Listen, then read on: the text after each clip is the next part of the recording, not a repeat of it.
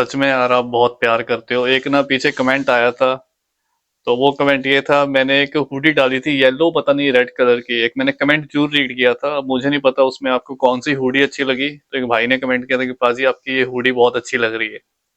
तो आप ये चीजें भी नोटिस करते हो, थैंक यू सो मच इतना प्यार करने के लिए। कपड़े ज्यादातर मैं इंडिया से ही बाय करता हूँ, यूके में मिल जाते हैं, यूके में थोड़े से एक्सपेंसिव मिलते हैं, आपको मिल जाएंगे यूके में भी। अगर कोई स्टूडेंट इंडिया से ही आ रहा है तो ट्राई करो अपने क्लोथिंग वगैरह शूज वगैरह सब इंडिया से लेकर आओ। इंडिया में क्वालिटी भाई, यूके में भी जो आपको मिलेंगे ना, वो made in Bangladesh made in Pakistan होता है।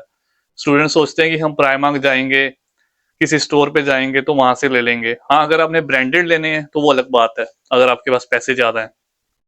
तो स्टार्टिंग में तो जहाँ पैसे बचते हैं वो बचाओ। बाकी मैं कपड़े ज्यादातर जब इंडिया चक्कर लगता है तो वहां से ले आता हूँ, मुझे अच्छा लगता है। ठीक है, तो इंडिया में इन्वेस्ट करो अपने पैसे।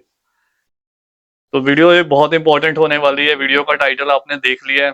वीडियो स्टार्ट करने से पहले एप्लीकेशन चालू है, अप्रैल इनटेक की, आगे मई इनटेक है, जुलाई इनटेक है, तो ऑफर लेटर मिलने भी स्टार्ट हो चुके हैं।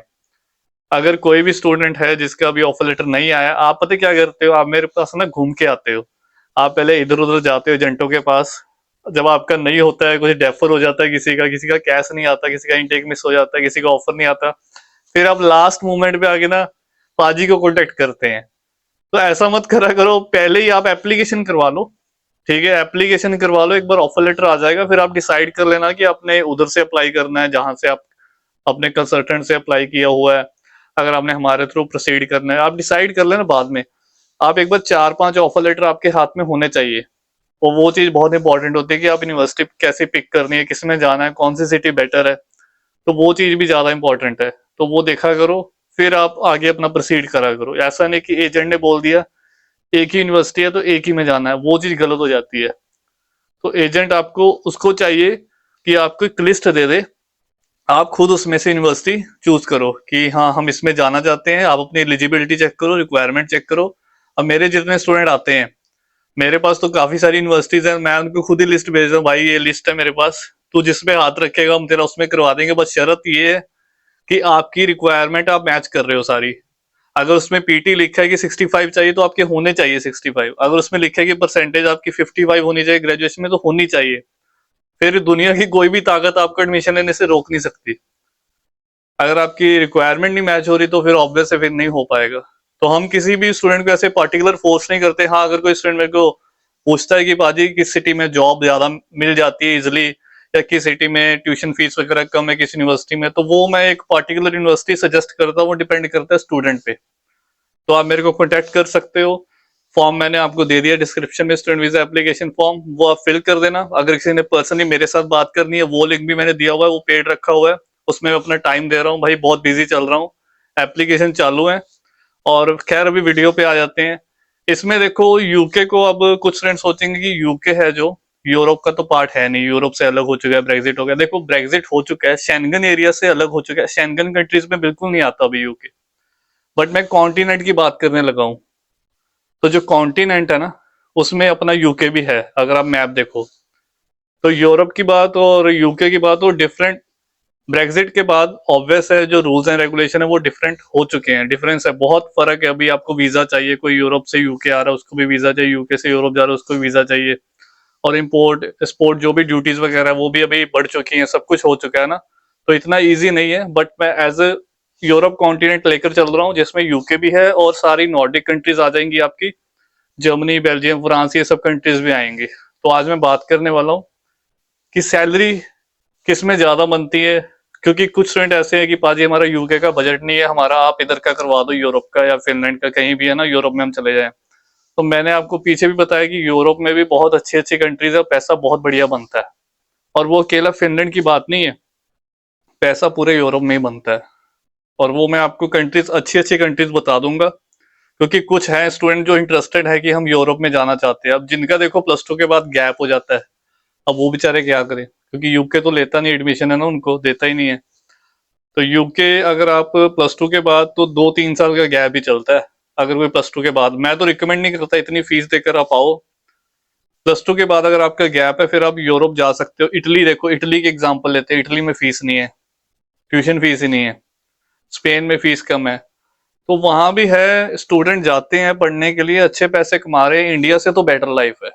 लैंग्वेज आपको सीखना पड़ेगा, बट हाँ, स्टूडेंट वहां पे भी 1000-1500 यूरो अर्न कर रहे हैं। और जो मैं बेटर कंट्रीज बताऊंगा कि जिनमें आप 3 से 4 लाख महीना खींच सकते हो, इंडियन रुपीज की बात कर रहा हूँ। इंडियन रुपीज में 3 से 4 लाख मैं खुद देख कर आया हूँ फिनलैंड में। और ये जो कंट्रीज मैं अभी बताने वाला हूँ, इन सभी में इतना आप खींच सकते हो। जर्मनी हो गया, नीदरलैंड हो गया, नॉर्वे सबसे रिचेस्ट कंट्री है। बहुत पैसा बनता है, ये कि वहां पे टैक्स बहुत ज्यादा है, एक्सपेंसेस बहुत ज्यादा है। पैसा वहां पे सबसे ज्यादा बनता है नॉर्वे में। नॉर्वे, डेनमार्क, स्वीडन, ये जो कंट्रीज है ना, नॉर्डिक कंट्रीज भाई, richest country in the world है। अभी यहाँ पे प्रॉब्लम ये है कि इनमें फिनलैंड की एग्जांपल लेते हैं कि एडमिशन मिलना टफ होता है, इतना इजी नहीं है। और अभी आप सोचोगे कि पाजी अभी एप्लीकेशन चल रही है, क्या सीन है फिनलैंड का, वो क्लोज हो चुका है। आपको बुरा लगेगा, बट वो जनवरी में ही खुला था, जनवरी में ही क्लोज हो गया, ये सीन है बस फिनलैंड का। यूनिवर्सिटीज होती हैं कम, इनका ज्यादा टाइम चलता नहीं है। तो अभी आप मेरे को कांटेक्ट मत करना अगर कोई यूरोप का प्लान कर रहा है। तो अभी मैं कर रहा हूँ आयरलैंड, फिनलैंड का अगर आपने एप्लीकेशन करवाना है तो फिर आप अगस्त में कांटेक्ट करना मेरे को। वो फॉर्म फिल कर देना, डॉक्यूमेंट अपलोड कर देना उस पर। अगर आपने आयरलैंड जाना है, फ्रांस जाना है, किसी और कंट्री में जाना है, फिर आप मेरे को कांटेक्ट कर सकते हो। तो और कंट्रीज में हम कर रहे हैं। और रही बात स्वीडन, नॉर्वे, डेनमार्क, इनका भी सेम होता है, जनवरी में इनटेक होता है ओपन, ये जल्दी क्लोज हो जाती है यूनिवर्सिटीज। और इनके एंट्रेंस एग्जाम वगैरह होते हैं, इसीलिए मैंने आपको पहले बोला था कि जो इंटरेस्टेड है मेरे को जनवरी में कॉन्टेक्ट कर लेना। 3 से 17 जनवरी, एक दिन भी ऊपर नीचे नहीं। ऑनलाइन पोर्टल होता है, वो बंद कर देते हैं। यूके जैसा सीन नहीं है। और वो धीरे धीरे क्या पता ये लोग भी थोड़ा चेंज हो जाएं, एप्लीकेशन ज्यादा लेने लग जाएं, वो भी देखते हैं आगे क्या चलता है। चीज मैं यहाँ पे आपको क्लियर करना चाहता हूँ, क्योंकि बहुत स्टूडेंट है ना, उनके दिमाग में डाउट चल रहा है कि हमें आयरलैंड जाना चाहिए या यूके जाना चाहिए। ये बहुत कंफ्यूजन हो रही है स्टूडेंट्स को। फर्स्ट प्रायोरिटी ऑब्वियस है, यूके रखो, आयरलैंड मत जाओ, वहां पे भी जॉब के हालात ठीक नहीं है। मैं नहीं बोल रहा, आप यूट्यूब पे वीडियोस चेक कर लेना, वहां के स्टूडेंट हैं। मैं वीडियोस भाई, ऐसा नहीं है कि मैं खुद वीडियो बनाता हूँ तो मैं दूसरे यूट्यूबर्स की वीडियो नहीं देखता हूँ। मैं देखता हूँ दूसरी कंट्री में भी क्या चल रहा है, जो फिनलैंड के ब्लॉगर हैं, जो दूसरी कंट्री के ब्लॉगर हैं, मैं उनकी वीडियोस भी देखता रहता हूँ। तो काफी सारे यूट्यूबर हैं जो डालते रहते हैं। तो आयरलैंड की मैंने वीडियो देखी है, वहां पे भी कुछ स्टूडेंट हैं जो कहते हैं कि अकोमोडेशन नहीं मिलती है, बहुत किल्लत हो चुकी है वहां पे, और काम वगैरह की भी बहुत दिक्कत आ रही है। डबलिन को छोड़ के कहीं और चले जाओ तो जॉब ही नहीं मिलती है, और अकोमोडेशन तो बहुत मुश्किल हो चुकी है। तो ये चीजें ना देख के, क्योंकि छोटी कंट्री है, आबादी कम है, ये ज्यादा मैटर करता है। यूके बहुत बड़ी कंट्री है एज कम्पेयर टू फिनलैंड और आयरलैंड की मैं बात करूं, तो वो आप थोड़ा दिमाग में रख लेना। आयरलैंड को आप सेकंड प्रायोरिटी रखो, मुझे नहीं पता आप क्यों जाना चाहते हो आयरलैंड में। फर्स्ट प्रायोरिटी आप यूके में रखो, क्योंकि जिसका यूके में हो जाएगा ना, वो आयरलैंड क्यों जाएगा। आयरलैंड और यूके की रिक्वायरमेंट सेम ही है। तो गलती से भी अगर कोई जाना चाहता है, हम आपकी एप्लीकेशन करवा देंगे। आयरलैंड की मैं कर रहा हूँ, डबलिन में काफी सारे बिजनेस स्कूल हैं, तो वो भी लिस्ट है अपने पास। अगर आप इंटरेस्टेड हो तो मैं करवा दूंगा, बट एज अ पर्सनली आप पूछोगे तो वो मैं आपको मना कर रहा हूँ। जॉब अपॉर्चुनिटीज कम है, ठीक है, और 2 साल का आपको पोस्ट स्टडी वर्क वीजा जो मिलना है वहां पे आपको मिल जाता है। बट आगे जो सेटलमेंट का प्रोसीजर है वो आयरलैंड में थोड़ा अलग है यूके से, वो डिफरेंट है और टफ भी है। तो यूके में फिर भी आपको वो 38,000 वाली चाहिए, वो मैंने आपको बताया कि यूके में सब जुगाड़ हो जाते हैं, सैलरी वगैरह ना सब हो जाती है। जब आप आओगे तो ये सब चीजें ज्यादा क्लियर हो जाएंगी।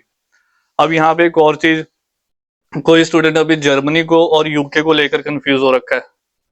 साथ में मैं सभी कंट्रीज को यहाँ पे ऐड करूंगा। जर्मनी में भी देखो, लैंग्वेज सीखना पड़ेगा। अगर आप B2 लैंग्वेज सीख सकते हो, जर्मन लेवल बहुत मुश्किल लैंग्वेज है, इतनी इजी नहीं है। अगर आप इंटरेस्टेड हो, जर्मन लैंग्वेज सीखना चाहते हो, अगर आपको कुछ आता है, फिर आप डिसाइड करना। अदरवाइज आप लैंग्वेज में आपका हार्ड डील है तो फिर बहुत प्रॉब्लम हो जाएगी। वहां पे जर्मन ज्यादा चलती है, जर्मनी की बात कर रहा हूँ। जर्मनी में और फिनलैंड में बहुत डिफरेंस है।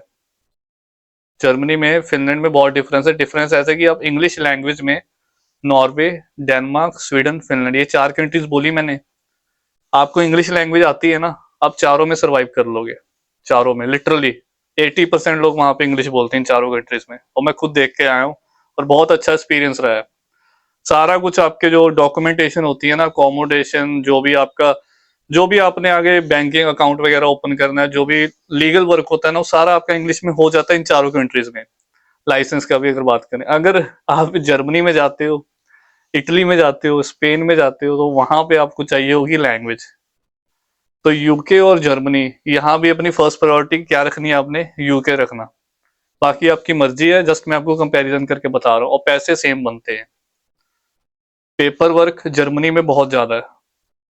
पेपर वर्क बता रहा हूँ आपको, लीगल जो भी काम होते हैं ना, जो भी अपने कागज पत्तर आपने बनवाने हैं, सारा जर्मन में होता है। उसमें बहुत प्रॉब्लम आती है स्टूडेंट्स को।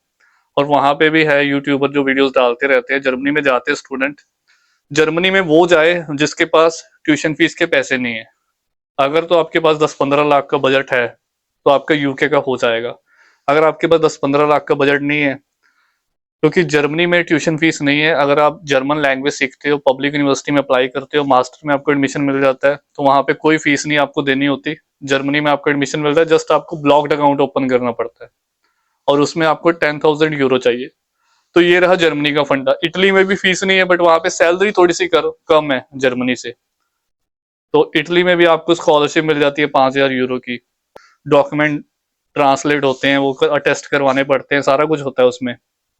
इटली का मैं कर नहीं रहा हूँ क्योंकि बहुत सिर खपाई वाला काम है, और बहुत ही रेयर एजेंट है जो इटली का करते हैं। इटली का आप खुद भी ट्राई कर सकते हो कैसे अप्लाई करना है, बट मैंने आपको बता दिया कि इटली में वेजेस वगैरह कम है। 1,000 यूरो, 1,200 यूरो लैंग्वेज सीखना पड़ेगा। स्पेन में भी सेम है।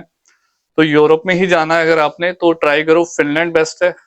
फिनलैंड फर्स्ट प्रायोरिटी रखो। फीस आपको फिनलैंड में कम मिलेगी, स्कॉलरशिप मिल जाती है। जो टाइमिंग मैंने बता दी है, जनवरी में एप्लीकेशन खुलती है, उसके बाद अगस्त में। तो ये सारा फंडा है। अगर आप बेल्जियम, नीदरलैंड, इन कंट्रीज की बात करो, तो ये कंट्रीज भी भाई अच्छी वेजेस हैं इनमें भी, जर्मनी में भी, फ्रांस में भी, तो कोई दिक्कत नहीं है। आप सोच सकते हो, बट अपनी फर्स्ट प्रायोरिटी मैंने बता दिया यूके रखना। फिर आप आगे, अगर किसी का यूके नहीं होता है ना, फिर आप यूरोप की ऑप्शन रखो। जिसके पास पैसे नहीं है, फिर वो बंदा यूरोप की ऑप्शन रखे। यहाँ पे एक और बात बता दूं कि मेरे को बहुत कमेंट आते हैं, कई बार मैं नहीं देख पाता, नहीं रिप्लाई कर पाता। मेल्स आती हैं, पाजी वर्क परमिट करवा दो। कोई वर्क परमिट नहीं हो रहा है, एजेंट के फ्रॉड से बचो। मेरे पास मेले आती है, पाजी हम बुल्गारिया में आ गए, अर्मीनिया में आ गए, यहाँ पे एजेंट ने भेज दिया है, आगे हमारे पास कोई लीगल राइट नहीं है, कोई हमारे पास टीआर नहीं है, रेजिडेंट परमिट नहीं है, हम क्या करें, हमारे पास काम नहीं है, अब बताओ हमें इधर बुला दो, इधर बुला दो ना, मैं कैसे कर सकता हूँ। पंजाब में तो बहुत फ्रॉड हो रहा है। एजेंट आपको पता नहीं कैसे इतने पैसे लेते हैं, और कैसे आपको जहाज पे बिठा देते हैं, प्लेन पे, और आप पहुंच जाते हो, फिर बाद में आप रिएक्ट करते हो, इधर के ना उधर के, आपका ऐसे हो जाता है। 10-10, 12-12, 15-15 लाख ले रहे हैं, और मुझे लगता है वो आपको टूरिस्ट वीजा भी भेज देते हैं, और आपसे इतने इतने पैसे ले लेते हैं, अच्छा काट देते हैं आपका। तो थोड़ा सा अपना ब्रेन यूज करो, इन चीजों का ध्यान रखो। किसी अच्छे कंसल्टेंट से बात। वर्क परमिट तो भूल जाओ, वर्क परमिट यूरोप का, यूके का नहीं मिलता है। अगर आपको कोई बोलता है ना, वो प्रॉपर स्कैम होगा। आजकल fake offer letter, PDF job offer letter जो होते हैं, सब फेक बन जाता है आजकल। बिलीव कर लेते हो, ट्रस्ट कर लेते हो, तो आपके साथ बाद में वो स्कैम हो जाता है। तो ठीक है, ये एक वीडियो बनानी थी, मैं लगा रहा, तो बातें और बहुत ही करने वाली। अब मुझे नहीं पता, वीडियो बहुत लंबी हो जाएगी। आप बोलते हो पाजी वीडियो ज्यादा लंबी बना देते हो आप। तो ये मैंने आपको कंट्री, जस्ट आपको मैंने कंपैरिजन करने थे कि आपने किस कंट्री, आप कौन सी कंट्री आपके लिए बेस्ट रहेगी। फर्स्ट, सेकंड, थर्ड प्रायोरिटी आप किस कंट्री को रख सकते हो, तो वो आप डिसाइड कर लेना। किसी को फिर भी डाउट हुआ तो मेरे साथ भी बात कर सकते हो। तो अगली वीडियो में मिलते हैं, तब तक के लिए अपना ध्यान रखिए, टेक केयर, बाय बाय।